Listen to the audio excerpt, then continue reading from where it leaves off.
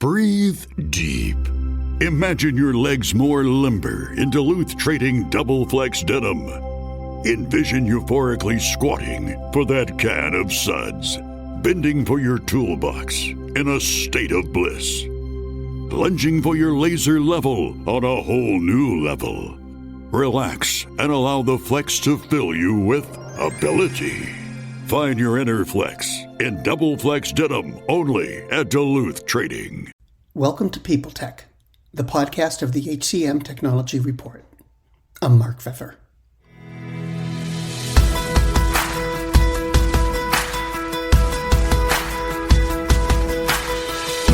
My guest today is Ryan Niemann, the CEO of Skuid. They provide low-code development tools with particular attention paid to HR apps. We're going to explore what low-code is and what it means, the ebbs and flows of the market, and HR software needs on this edition of People Tech. Hi, Ryan. Thanks for coming by. Could you tell me about Skuid? I mean, what do you do and how do you do it? That's a great question. Thanks, Mark, for having me on today. Skuid is a low-code application platform, and we're about 9 years old, going into our 10th year of operation. And we help operational leaders create business applications that are human-centric in design. We're one of the first companies to ever focus on human-centered design experience, and we do it in the low-code fashion. So we talk to different companies that are looking to have solutions for revenue operations, customer operations, and people operations, and modernizing their back-end enterprise systems. Now, you've got a couple of people solutions. Can you tell me about them? So earlier this year, we acquired a company, InFlight, and they're focused, and now we're focused in the people operations space. And a lot of that has to do with improving the overall employee experience and specific solutions around improving the candidate experience.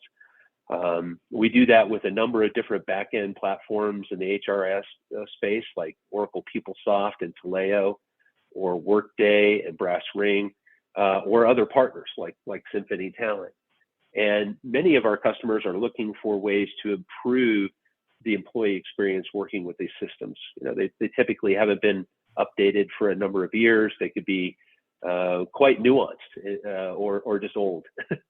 and if you think of the overall employee experience from application through, managing your career and performance and things in between, there's a lot of room for improvement on some of these back-end systems. And a lot of our companies are looking for ways to recruit more effectively in light of being post-pandemic and the Great Resignation, and coming up with new ways to reimagine the employee experience and work the way that they need and want to work, which in many cases could be mobile responsive or texting, for instance. And how do you incorporate those into your overall employee experience from a attraction and retention and growth perspective?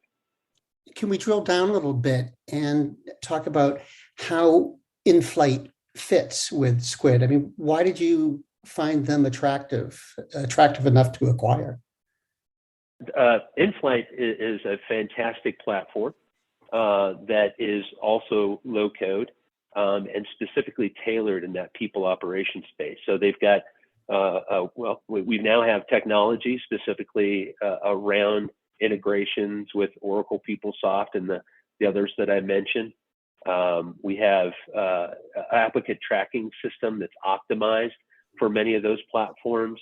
And we have the subject matter expertise that came on board with their pre-sales engineering and professional services team and our executive team.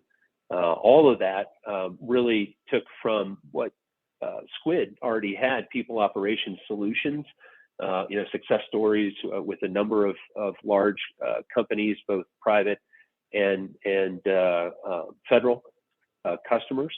And bringing it InFlight took that from one more solution offering that we had to a whole arsenal of solutions and capabilities in that employee experience and candidate experience space. So it really made a lot of sense, both from a technical perspective as well as helping us expand our overall go-to-market.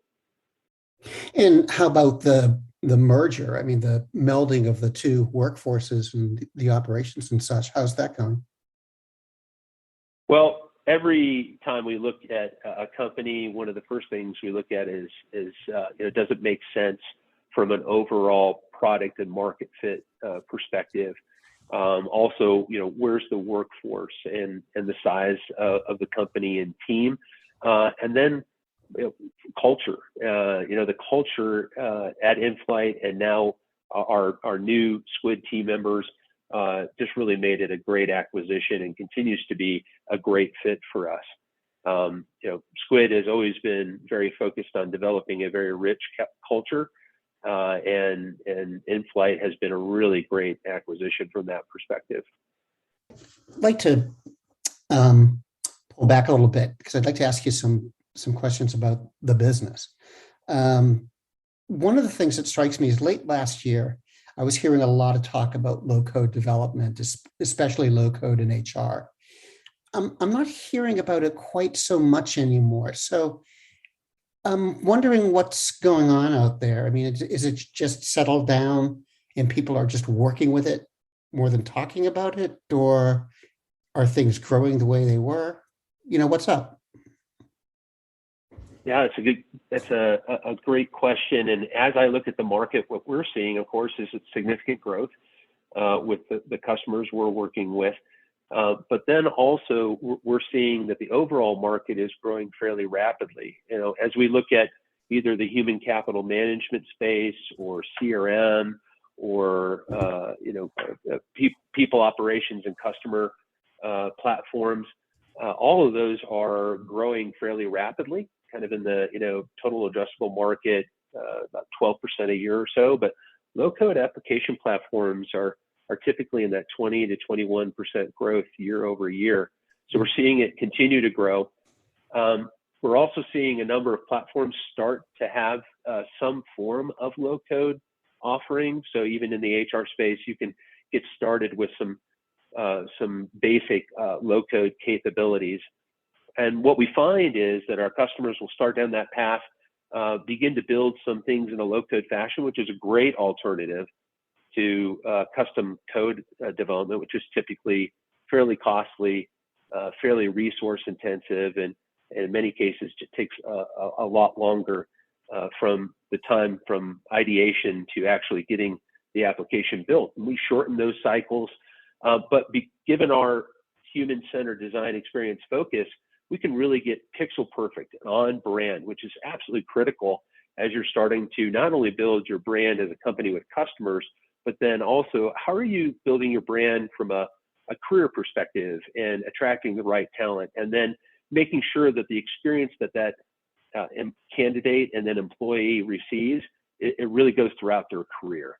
And in many cases, it's really providing employee portals or different business applications that are actually easy to use and allow you to do your job effectively. And that's the power of bringing Skuid into the environment when you're looking at building business applications in a low-code approach. Faith in the news media has been challenged, making it even harder to get stories told. The Friday Reporter podcast was created to help audiences better understand the media by hosting journalists who will answer the questions to which we need answers. Join me every Friday to hear more. So how do you see low-code working in the HR function? Is this going to change the way HR gets their tools built, or HR people going to start to understand how to code using, applications like yours? I do. I think what we're seeing is, a lot of times the HR department didn't receive the highest percentage of IT budget, if you will. And now more than ever, there's a need to provide that differentiated experience and really market to and recruit top talent, and thinking through or reimagining that candidate experience and reimagining the employee experience. And in many cases, that can mean making sure that applications are mobile responsive, or that there's a seamless experience across multiple back-end technologies that normally, let's say, don't talk to each other. We see our customers really getting aggressive and differentiated in the candidate experience to be able to more effectively recruit. But then there's a matter of making sure that cross-department and cross-systems, there's good coordination and flexibility in being able to schedule effectively. And a lot of that means that you need a tool that can bring these together and allow people to imagine, how would we do this and provide that experience that gets us the business results that we're looking for.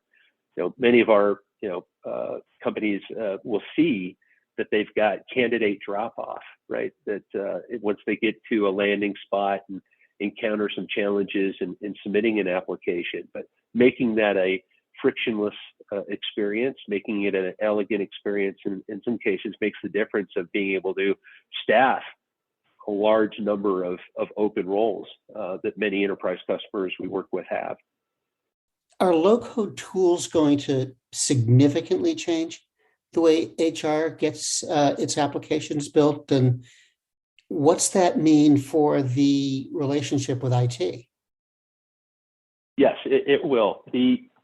There's a number of different sources that talk about the amount of business applications that will be built over, let's say, the next 5 years are more business applications than the previous decades in combination.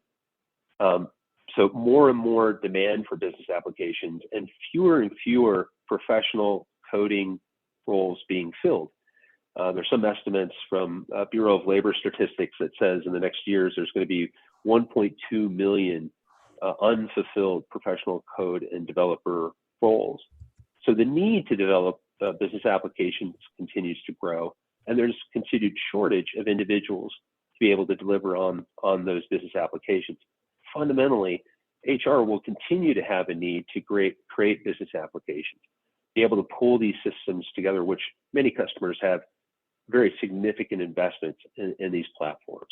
But the need and the experience that they want to deliver employees continues to evolve and change, and there's an expectation from a number of different generations, let's say, coming into the workforce that have different expectations. And if you want to meet those expectations, meet your business objectives, you're going to need to be much more agile. And the ability to do it with an application that allows you to develop business applications without long development cycles or offshore development or a high costly budget really differentiates you in the marketplace as a HR team, let's say. Last question is focusing back on Skuid for a minute. What's in the future? Are you thinking about more acquisitions, building out the business that way, or are you going to be more sort of self-absorbed and, sticking to your own knitting? Well, we've got an exciting immediate future. Bringing in flight has really bolstered our people operations solutions. We continue to march down the product roadmap. Just this last week, we had our Dubai release hit the market, which really gives our customers the power of choice. So you can start building applications with Skuid, install, provision a backend database, and start building business applications. And then you also have the ability to leverage the Skuid, what we call EXP or Employee Experience Platform, as we acquired InFlight. And then lastly, we have the ability to deploy on Skuid SFX, which is the Salesforce experience. So we're really giving our customers the ability to hit the ground running and start building right away. We're going to continue to iterate on those products and develop and innovate. And we're also looking at different potential candidates out there for acquisition that help us bolster that roadmap, help us accelerate it. Also, that makes sense in bringing in additional developer talent to help us scale and grow. So we've got a lot of exciting announcements to come, I'm sure. Well, Ryan, thanks for taking the time to talk today. Mark, it's always a pleasure. Thanks for having me.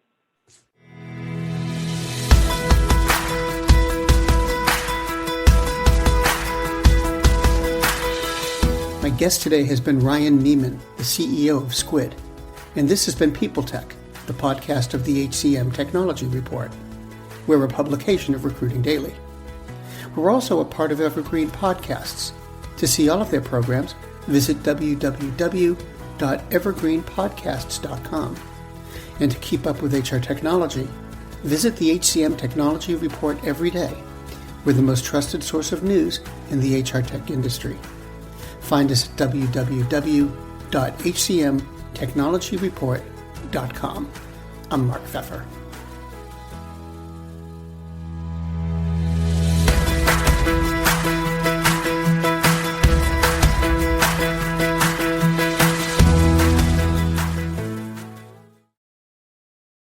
Do you love news about LinkedIn, Indeed, Google, and just about every other recruitment tech company out there? Hell yeah. I'm Chad. I'm Cheese. We're the Chad and Cheese Podcast. All the latest recruiting news and insights are on our show. Dripping in snark and attitude. Subscribe today wherever you listen to your podcasts. We out. The world's best-known investor and Wall Street expert Warren Buffett once said, "Wall Street is the only place that people ride to in a Rolls-Royce to get advice from those who take the subway." Mr. Buffett's quote is remarkably accurate, but how many people would rather receive advice from him than someone simply guessing? Welcome to Buy, Hold, Sell, your single source for Wall Street knowledge and profitable guidance. Please join me, Todd Schoenberger, and fellow trader Tobin Smith, as well as host Veronica Dudo, for a podcast known to move the needle for investors. Tobin and I are seasoned Wall Street executives with deep investment experience, and we are prepared to share our advice to those who choose to listen. Download Buy, Hold, Sell today on the Evergreen Podcast Network or your favorite podcast channel.